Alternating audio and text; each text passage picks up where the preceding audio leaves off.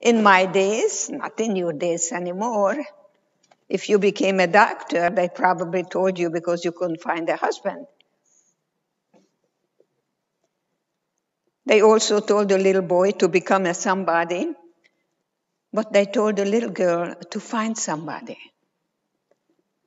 So I'm here to really tell you how wonderful it is to be a whole person.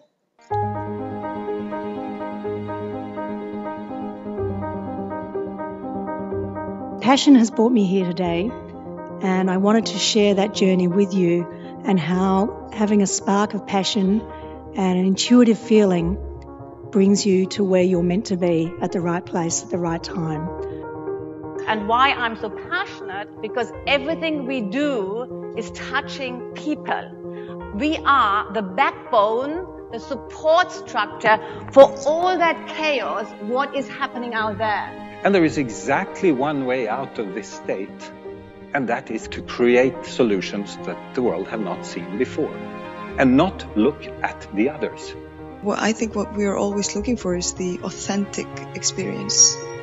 And it can be anything from, you know, the mud baths, the food, where we can actually experience culture, and that's, you know, what makes it successful. I think the most successful spa resorts and hotels that I've observed and seen are run by very passionate people that are very aware of this ancient wisdom and are able to apply the modern tools that are available today. But this time, that is not enough. Now we are looking for genuine creation.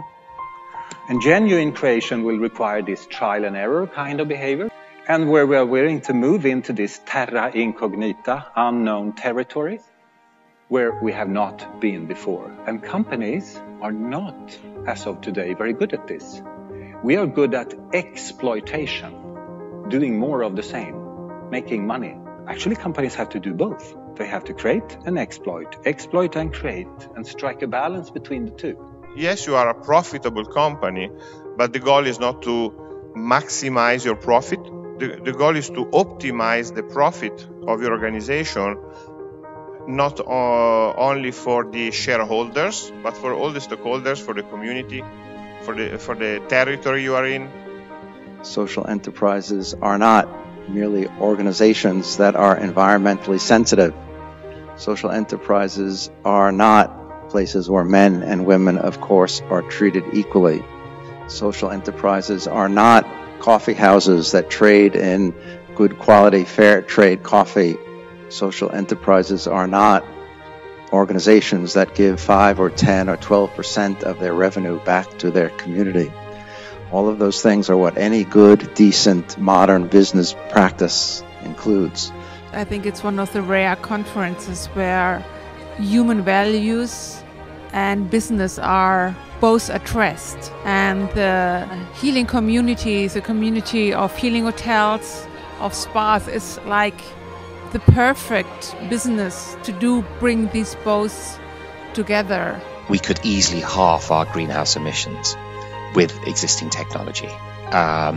We've demonstrated in our own resorts. It's just a question of changing one's mindset and not just doing business as usual. But there is so much traditional mindset in the kitchens of great hotels around the world. And the biggest challenge that I find in going into work in those kitchen brigades is dealing with the mindset. And delivering healthy food is about changing people's mindset. You hire people for their skills, and then you train them for attitude. You're trying to implement the right kind of attitude so they fit in and become a part of the culture and, you know, a good IBMer or what have you. We will probably turn that principle around completely.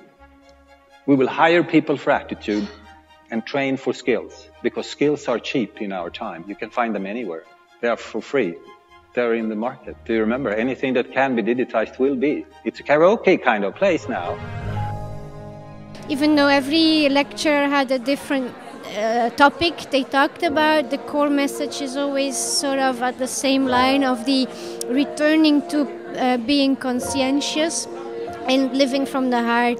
No matter what one's past, it certainly does not limit one's future.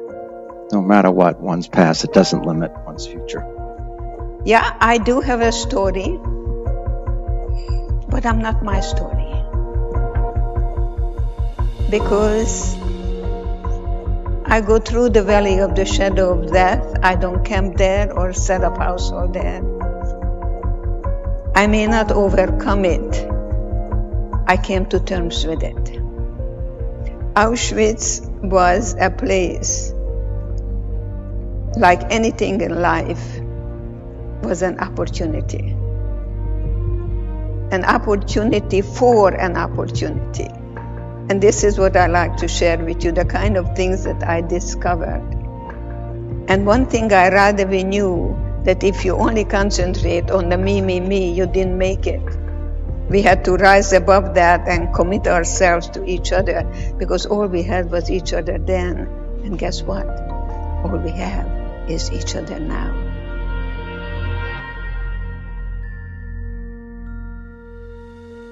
When you stand and you share your story in an empowering way, your story may heal you, and your story may heal somebody else. I truly believe that the era of human contact and spiritual advice is really a fundamental tool. Create the nurturing environment for the healing to happen, and have the patient know where to go. What I've learned is the body responds incredibly quickly to healing. It wants to work with you. It's magnetic. It's ready to change and go through its transformation. It just has to be provided the environment to do that. I think what I take away from this summit and what I learned so far is that we have to look carefully how we define the word healing. And that healing is not necessarily only what we always understand under healing, like putting it together with curing. And I think there's also a bit of self-effort involved, because if we just sit here and let life unfold, I have no idea, I don't know. I think we have to participate in the creation and also commit. I bring my full awareness into words that I want to become. I am them. And remind yourself that you are a magnificent spirit. And then I am peace. And just simply saying peace. I am peace. Not like I want peace, but like in this moment, I am peace. Because at the same moment, I am also war. But in this moment, I am peace. And I am joy. So the speakers we had today, 25 speakers from 17 countries, all came from a level of wisdom and from the level of the heart. And my wish is that we can take that what we have created here further and not lose its purity. So really take the power that we created here today into committed action.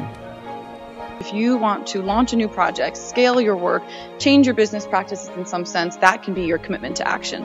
And we can help you do that. But we want to celebrate the results. We want them to be measurable results and results that we can come back and say, not only did we commit to do this, but we followed through and this is what we've done.